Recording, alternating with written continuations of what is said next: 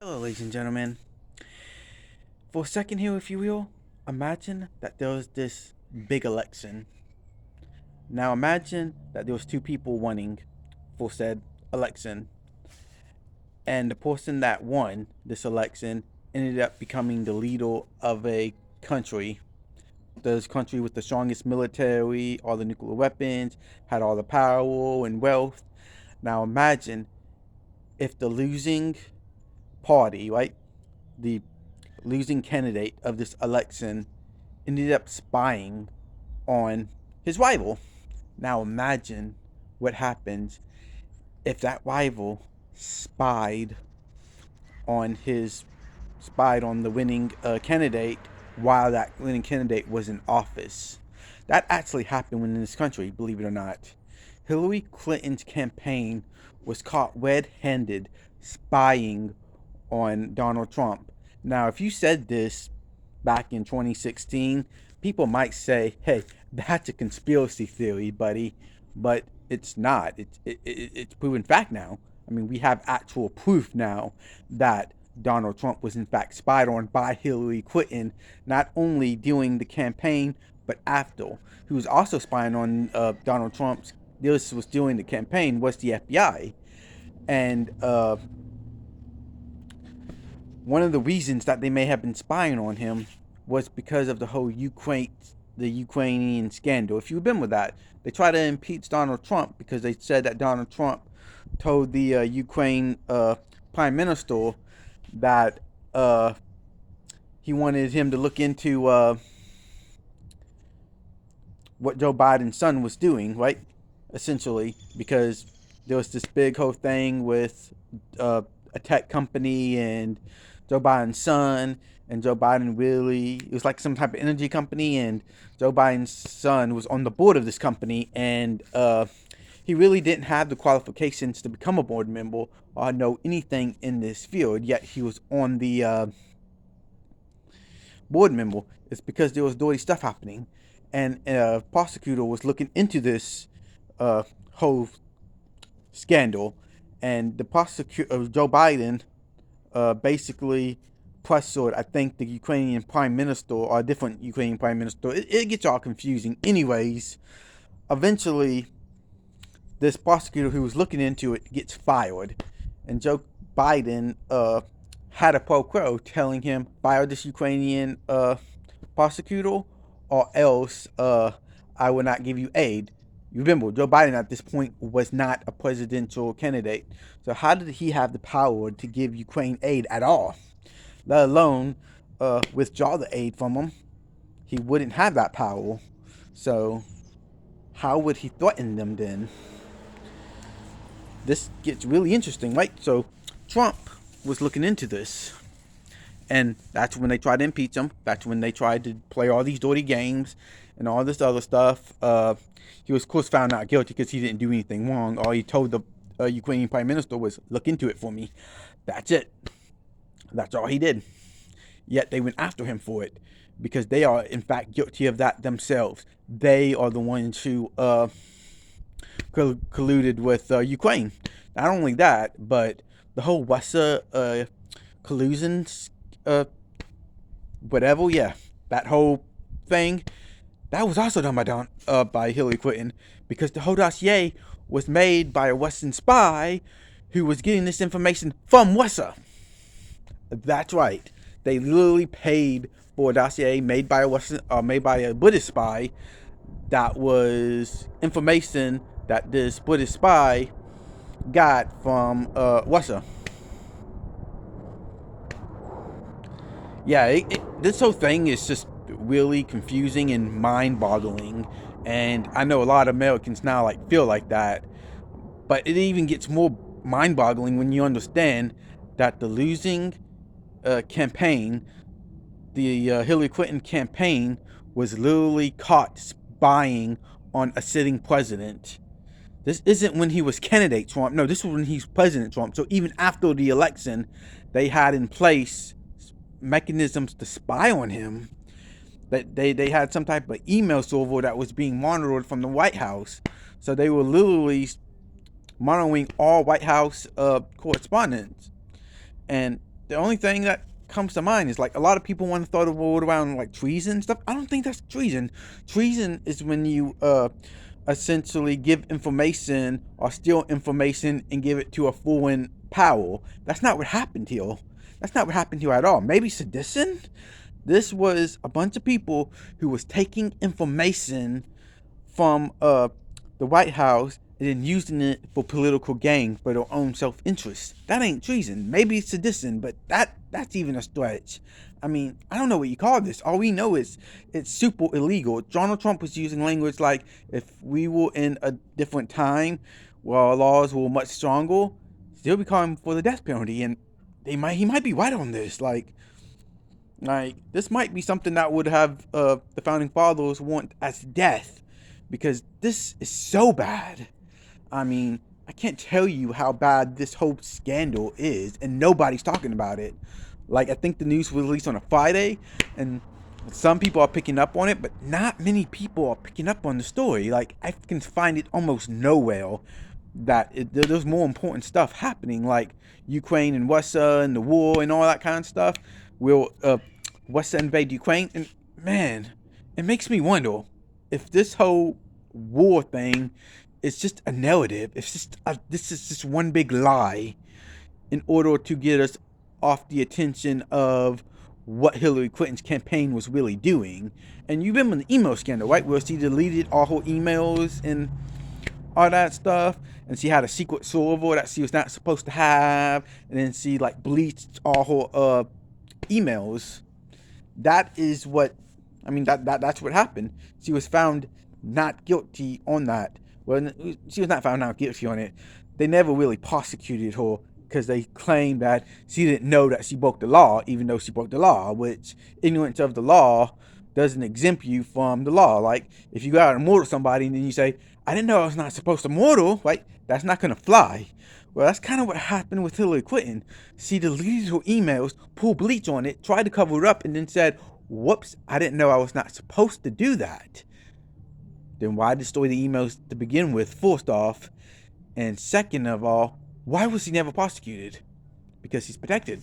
Because he's part of a higher class. Because Joe Biden, Obama, Hillary Clinton are all in with the whole Ukraine narrative.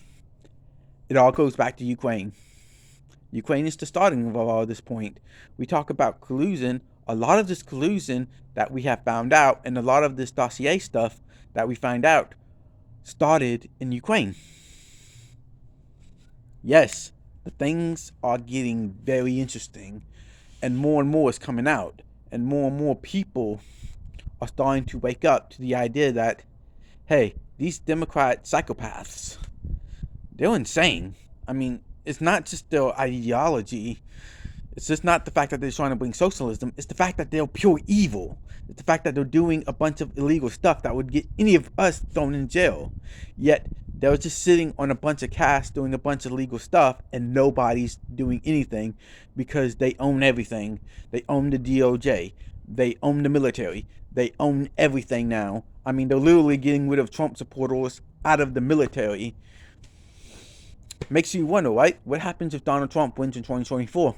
Will the military actually lead a coup against Donald Trump? I don't want to say that, but you know Nancy Pelosi tried to lead a coup against Donald Trump, and the military told her, no, we can't do that. That would be illegal, ma'am. Yes, right after January 6th, Nancy Pelosi went on a phone, contacted a military general, and asked the military general to remove Donald Trump. And he said he couldn't do that because that would be illegal. That would be sedition. This country's doomed. Like, this country's so doomed. I don't know where we go from here. Maybe civil war? Maybe. That seems the most likely scenario. Because if we were to fight a world war right now, like, literally, if Russia invaded Ukraine, I don't think we're strong enough as a country to actually come together and fight them. I definitely don't think we can stop China from taking Taiwan anymore. I think that's dead. I think they're going to end up taking Taiwan because Biden is so weak. Biden is the weakest president I've ever seen. He's way worse than Jimmy Carter. Heck, he's way worse than Trying to think of the president's name that was Hooverville. That may be Dr. Seuss, but anyways, you know what I'm talking about, right? During the Great Depression, they named their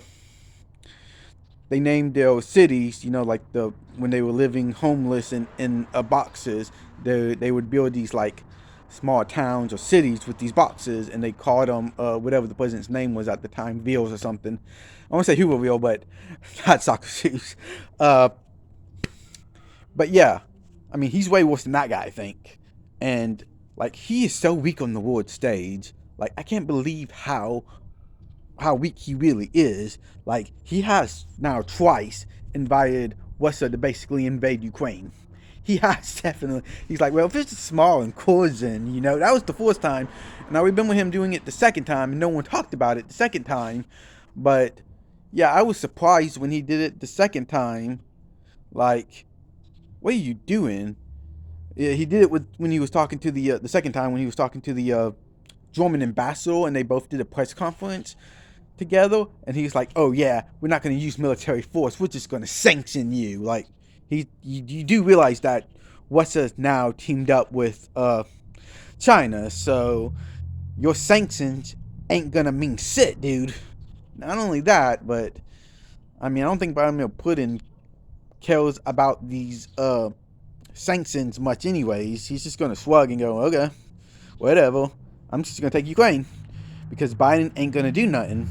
And here's the thing. Now you see Biden trying to talk big again and offering his assistance and offering to go to war now. Like he's doing the war hawk now.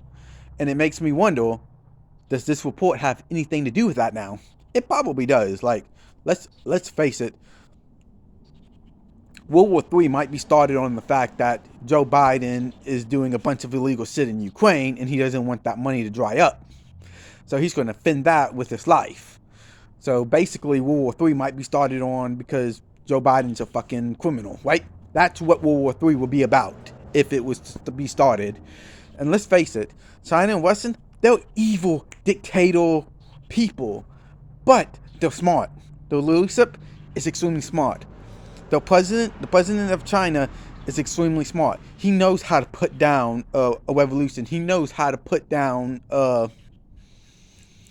resistance. He's an evil, tyrannical person. Russia is too. Russia does the same thing. They don't make the same mistakes as other dictators do in the past. They don't just go in there bashing people over the head, using the military force to silence people. They know that doesn't work. They know that it will just get worse if they do that. What they do is they wait them out. That's smart. If you wait out your opponents, eventually the other side will give up. However, this situation is a little bit different. This situation is them invading another country. And let's face it, China wants Taiwan.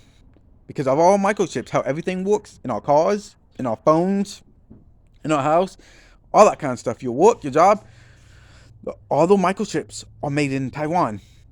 China wants that because then we'll be subservient to Taiwan or China if they take it. So what do you think is going to end up happening?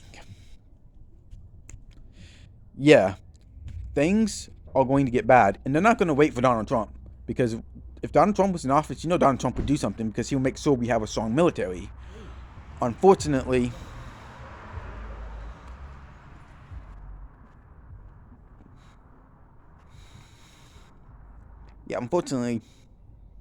under Biden, we don't have that strong military.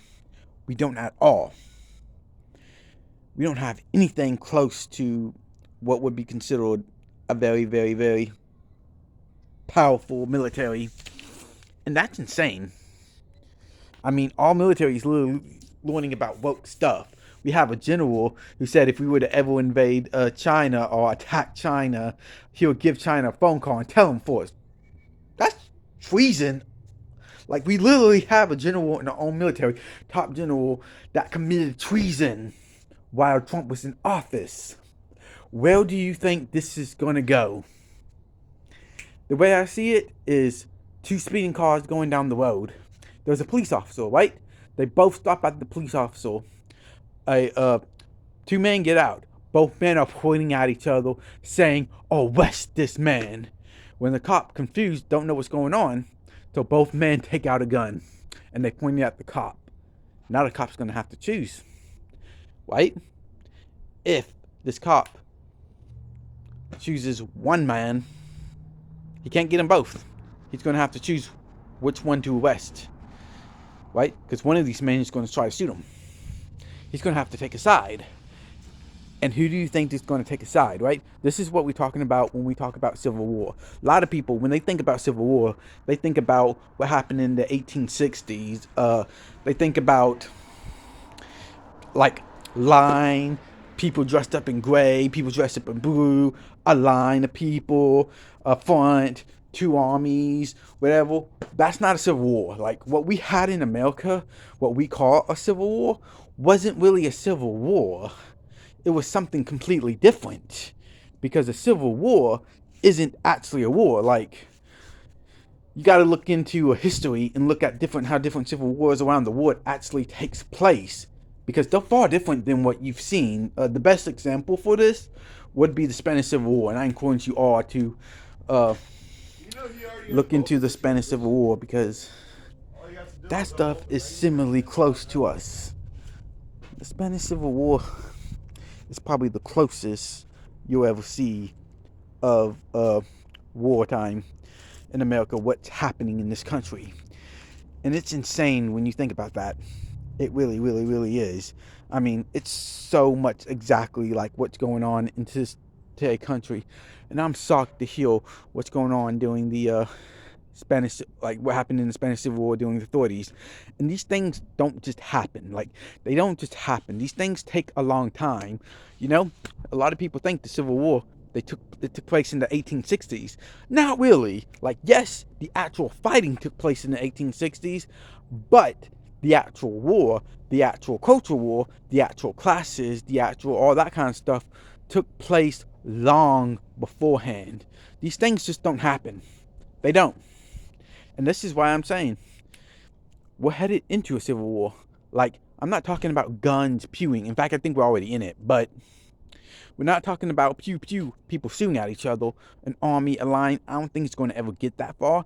The reason for that is because simply everyone's everywhere. Like, if you look at all the blue states and all the red states, we're all just mixed in together. So there's no opportunity for us to actually get to a point where we have two militaries.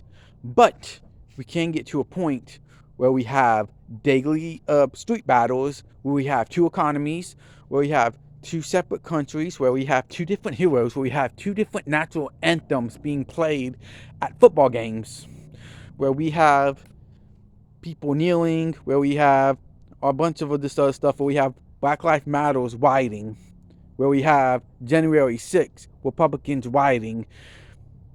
We have all that stuff happening right now. Right? We have two political powers seeking absolute power, seeking the one wing, if you will. Where do you think all this is going to lead? People are going to die. I mean, that's just what is going to happen. Because things are going to get worse. 2022, 2024, you have not seen anything yet. Do you know that now Democrats are trying to lift the mask mandates now? Because of what's happening in Canada, because of the trucker convoy. And you see the trucker convoy and the authoritarianism that Canada is bringing down on the working class. Over at the Super Bowl, a bunch of celebrities showed up maskless. That's a big story happening right now. And now everyone's talking about getting rid of masks.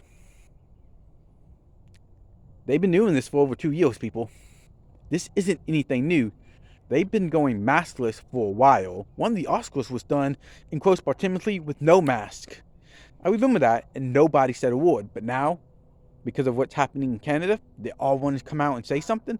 Now they all want to reverse these mask mandates, these vaccine mandates. It's an election year. Why not? Things are getting serious, people. And they're going to get even more serious. You know, they're talking about expelling their political opponents in these elections. Yeah, I mean, that's actually happening. They're trying to have lawsuits to expel Donald Trump, to expel a bunch of these other Republicans too. Where do you think that's going to lead? Things aren't going good in this country, not at all. We have inflation, we have mass rioting, we have massive protests, we have half the country hating the other half. We have a major conflict within our school systems over a lot of these woke stuff, a lot of these Black Lives Matter stuff, a lot of these CRT, critical race theory stuff, a lot of these transgender stuff. These things aren't going to stop. They're going to keep going, and it's eventually going to result in mass violence on both sides. We've already saw the Chad or whatever, them trying to take over a city block. It's not going to be long before a Republican does this. In fact, in Canada, they're already doing this, right? They're saying that the conservative, or what would be conservative here in America, is taking over in Canada. They're trying to say that the trucker convoy is basically tradition, and they're breaking the law and they're seizing government property or whatever. And Canada's the most friendly nation on earth, right? The protest hasn't even become violent. They're actually very, very, very peaceful. Yet, the authoritarianism from Canada is coming down. Where do you think this leads? I'll tell you one thing. It leads to civil war.